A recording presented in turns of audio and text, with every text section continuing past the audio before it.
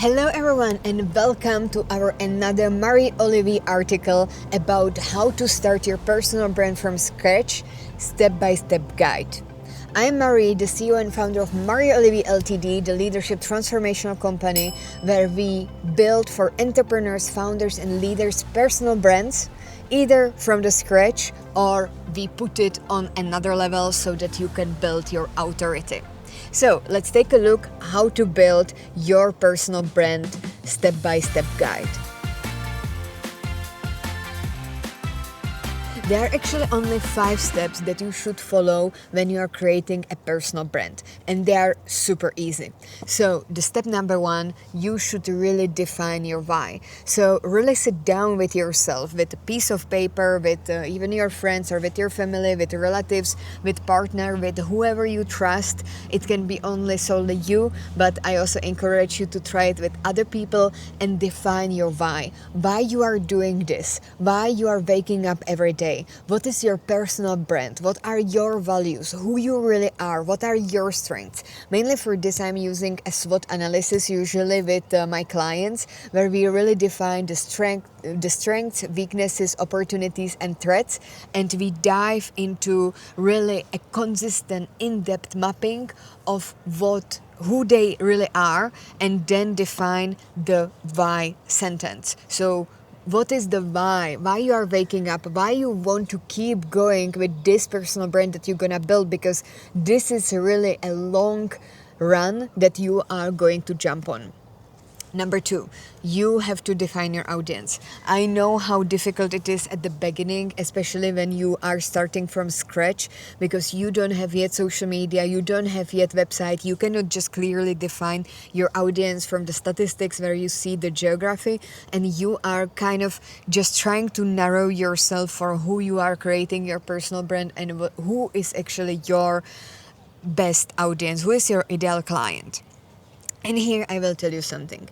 At the beginning, just define someone. Define either the recent graduate, the person between 25 to 35 years old who is struggling with defining the why, or the person who is trying to build the social media or is actually dealing with the hateful comments and doesn't know how to self-confidently speak on camera. So really define that specific person, but don't get overwhelmed that you need to stick with this person forever, because there is one advice that I will give you right now that really would save me a lot of struggles and a lot of stress, and it's that the market defines for you where you should go. So if you start with this exact persona, it doesn't mean that in 1 month it will be still the same, because you will find out that, for example, you will have more men than women as your clients, you will have more 40 plus than 30 years old women. So, and then the market will define who you are and for who you do your services, who you are actually serving. And then if you are starting afterwards with men who are 40 plus, then the market can actually navigate you again somewhere else. So it's always about listening to the market. What are the market needs? Because personal brand can also then become your business. So you don't want to feel constrained. You want to expand. You want to see what is out there. You want to be flexible. So you are not marrying that ideal client right now. You will be expanding and you will be listening to the market, who your ideal client is. And the more you will also collect the statistics, the more you will be finding your pre-qualified lead, or also in the normal human language, it means that the people who actually are ready to buy your services. And I'm not marketing girl, I'm just doing this because I love marketing, I love to sell people stuff, and I am learning as I go, and I don't like these fancy phrases that the marketers are actually doing. I like to expand, I like to learn more about what is out there, and I think that the selling skill is really needed in 21st century. So this is just why I started with marketing, and I never thought that I will position myself in 2% in marketing and sales as an influencer even. So this is my story, and I was just listening to the market where it leads me. So then step number 3 is about crafting a message. So what is the message that you want to tell the people? This is usually when you craft your mission, your vision, and then what will really help you is social media, because in social media you have a bios on LinkedIn and or Instagram, and you really need to tell people in one sentence what you help people with. So for example, I help people to create personal brands that profits. My message, easy. People know when they read this message what I can help them, what I can add the value, what content they can expect. And then you can add some bullet points, like also some keywords. You know, I'm CEO and founder, I'm podcaster, I am like a 2% in marketing and sales. These are just keywords, but what is the message you are passing by to people? Then when we have the message, step number 4 is choosing your platforms, because being everywhere is being nowhere. I agree and disagree with this because I'm everywhere, but I also feel sometimes that I'm nowhere. And I have 2 favorite platforms of mine, and it's LinkedIn and Instagram. And I have to say that it's really according to my mood, that sometimes I feel more personal connection that I need on Instagram, or I want to feel more professional because 90% of my lead, 90% of my sales and revenue is coming from the LinkedIn. So it really depends where I feel. If I want to do strategic marketing, I'm going on LinkedIn.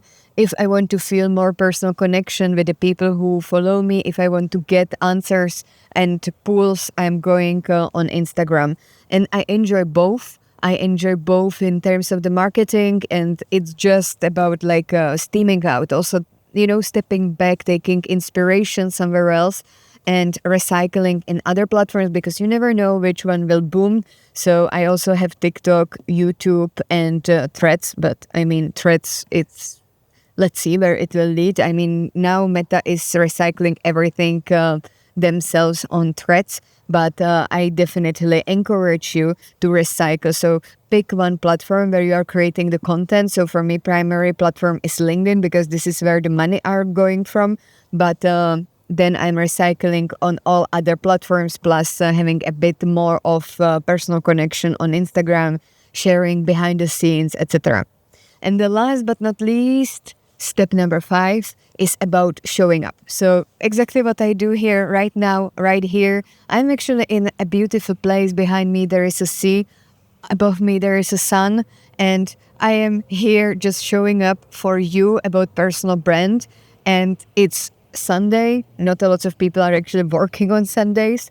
So this is about showing up. So when you already defined your why, your message, your platforms, your audience, then just keep consistently, because if you stop at some point, you will just regret. I know so many people, lots of my clients, they're coming from the position that they were really successful on social media, and then they said, yeah, I need break, I don't want to post. And returning back is such a hard thing after 1 year, and they just dream about where they would be if they would invest the rest of the year into their personal brand. So number 1 rule in the personal brand, if you're starting from scratch, never end, because this is a long run business. This is a long run game. So ever when you start, and this is also for me, if I will ever be, for example, questioning why I'm doing this, I want to watch this video, because you should never stop.